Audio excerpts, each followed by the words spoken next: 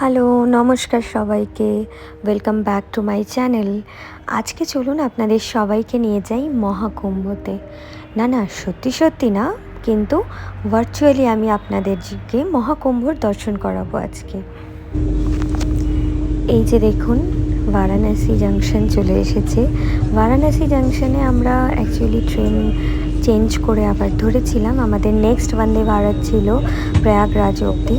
তো তাই জন্য এই স্টেশন থেকে ট্রেনটা ছাড়ার সময় আমি একটু ভিডিও করে নিয়েছিলাম। আর এবারে আস্তে আস্তে প্রয়াগরাজ ঢোকার অনেক আগের থেকে দেখুন, প্রায় একটা দুটো স্টেশন আগের থেকে এরকম ছোট ছোট টেন্ট এখানে বানানো হয়েছিল, এবং এখান থেকেও অনেকে মহাকুম্ভের জন্য স্নানের জন্য যাচ্ছিল। যদিও বন্দে ভারত এই স্টেশনগুলোতে দাঁড়ায়নি। এই যে দেখুন, মহাকুম্ভের আসল যে জায়গাটা প্রয়াগরাজে, ট্রেন থেকেই পুরো টেন্টগুলো দেখা যাচ্ছে। কত বড়, কতটা জায়গা নিয়ে টেন্টগুলো করা হয়েছিল। আর এই যে এবারে আমরা ট্রেন থেকে নেমে গেছি, মানে দারুণ আনন্দ হচ্ছিল, দারুণ। আমাদের পৌঁছতে পৌঁছতে যেহেতু একটু সন্ধে হয়ে গেছিলো, কারণ কি স্টেশন থেকে অনেকটা হাঁটতে গেছিলাম। তো তার জন্য এই যে দেখতেই পাচ্ছেন চারিদিকে কি সুন্দর লাইটিং, মানে এতটাই ভালো লাগছিল। ব্রিজটাকে এত সুন্দর করে সাজানো হয়েছিল, মানে নানান রকম কালার দিয়ে। আর এই যে আমরা চলে এসেছি প্রয়াগরাজ মহাকুম্ভ। জাস্ট আমরা গেটে এন্টার করেছি, এত ভিড় দেখে প্রথমে তো আমি ভয় পেয়ে গেছি যে কোন দিক দিয়ে যাব, মানে সেটাই বুঝে পাচ্ছিলাম না। যাই হোক, সেদিনকার মতন গিয়ে টেন্ট আমাদের বলাই ছিল আগের থেকে, তাই জন্য গিয়ে একটু রেস্ট নিয়েছিলাম। তারপরেই আমরা পরের দিন সকালে এসেছিলাম একটু দেখার জন্য জায়গাগুলো। তারপরে আমরা লেটে হয়ে হনুমানজির দর্শন করে নিয়েছিলাম। তো বাইরেটা যতটা খালি মনে হচ্ছে, ভিতরটা কিন্তু ততটাই ভিড় ছিল।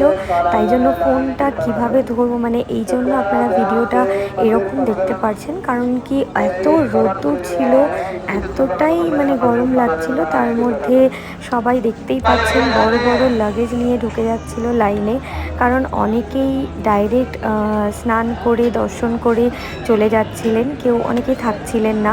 আমরা যেহেতু দুরাত্রিরের জন্য গেছিলাম, তাই জন্য আরামসে লাগেজ টেন্টে রেখে পরেই আমরা বেরোচ্ছিলাম। আর এই যে আমরা লেটে হয়ে হনুমানজি দর্শন করতে চলে এসেছি। অনেকক্ষণ লাইন দেওয়ার পর আলটিমেটলি আমরা দর্শনটা করতে পেরেছি, এবং খুব খুব খুব সুন্দর দর্শন হয়েছে। প্রথমে তো ভাবছিলাম মানে এইখানে স্ক্রিনে যেটুকুনি দেখতে পাবো, এত ভিড়, এত লাইন।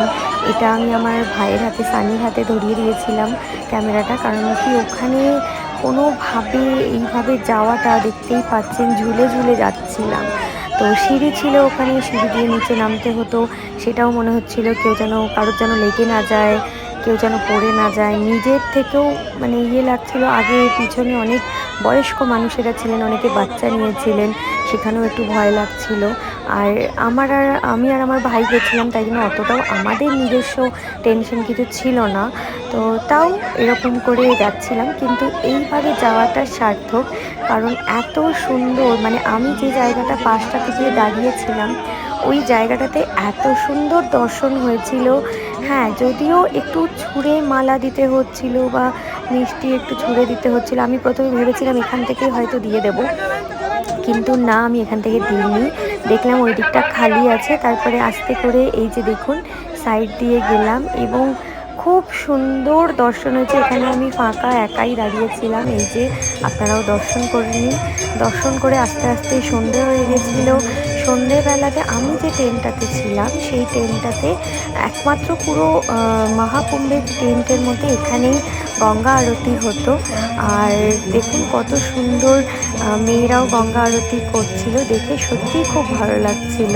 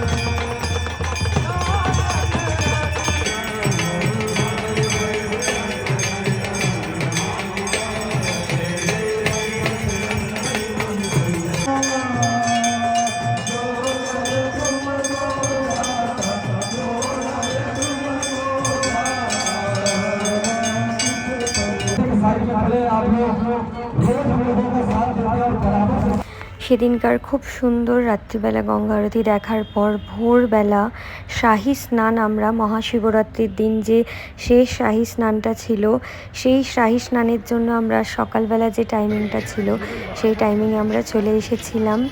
আর এত চারিদিকে ভিড়, আমি তো প্রথমে পোল নাম্বার যেটা ছিল, যেটা সঙ্গম স্থল, সেটাই খুঁজে পাচ্ছিলাম না। অনেকেই এদিক ওদিক থেকে স্নান করে চলে যাচ্ছিলেন, কিন্তু ওখানে একটা পোল নাম্বার ছিল যেটা অ্যাকচুয়াল সঙ্গম যেটা ছিল, সেই জায়গাটা অনেকেই জানতেন না। আমি যেহেতু লাস্টে গেছি একদম শাহী স্নান, লাস্ট শাহী স্নানের দিনকে, সেই জন্য আমি সব দিক থেকে খোঁজ নিয়েই গেছিলাম, সব কিছু জেনে গেছিলাম। এবং ওখানে গিয়ে যেহেতু দুদিন আগের থেকে গেছি, তাই জন্য ওখানেও আমি খুব ভালো করে খোঁজ নিয়েছিলাম যে এখানে সঙ্গমের জায়গাটা কোথায়, ভালো করে গিয়ে গিয়ে বারবার দেখে এসেছিলাম। এবং আমাদের সাথে ওই টেন্টেরই যিনি পুরোহিত ছিলেন, তিনি ভোরবেলাতে এসেছিলেন স্নান করতে, তাই জন্য আমার ভীষণ সুবিধা হয়েছিল জায়গাটা চিনতে। এবং এই যে একটা টাইমিংয়ের অপেক্ষা করছিলাম, তারপরেই ডুবকি দিয়ে যাই হোক স্নানটা সেরে নিয়েছি। এবং প্রথমেই পড়ে যাচ্ছিলাম, তার কারণ প্রচণ্ড সকালবেলা ঠান্ডা তো লাগছিলই। তারপরে আমি প্রথমে জায়গাটা বুঝতে পারিনি, পায়ের নিচেরটা, তারপর থেকে ভালো করে যাই হোক ডুব দিয়েছিলাম। এবং টোটাল আমার যতদূর মনে হয় 28টা ডুব এরকম কিছু দিয়েছিলাম, কারণ সেরকমই আমি ভেবে গেছিলাম। আমার ঠিক সংখ্যাটা এখন মনে পড়ছে না। যাই হোক, খুব সুন্দর স্নান করার পরে তারপরে আমরা ওখান থেকে জল নিলাম, মাটি নিলাম, এবং এত ভালো লাগছিল, চারিদিকে এত লোকজন। আর সবথেকে বড় ব্যাপার, কোনো বয়সের সীমা নেই, ছোট বাচ্চা থেকে বড় সবাই, বয়স্ক সবাই এসেছিলেন ওখানে স্নান করতে। এবং দেখতেই পাচ্ছেন সবাই কত কত জল ভরে নিয়ে যাচ্ছেন। আর আমি আমার ভাইকে ডাকছি যে তুইও চলে আয়, তুইও এসে স্নানটা সেরে নে, কিন্তু ও বলল না, আমি তোর একটু ভিডিও করে নিই। যদিও আমার খুব খারাপ লাগছিল, কারণ কি এইভাবে আমি ভিডিও করব নাই ভেবেছিলাম। তো যাই হোক ও ভিডিওটা করেছিল, আমি ভেবেছিলাম নর্মাল একটা ভিডিও করব, কিন্তু ভাগ্যিস ও ভিডিওটা করেছিল, তাই জন্য আমারও একটা স্মৃতি থেকে গেল এত বড় একটা মহাকুম্ভ যেখানে।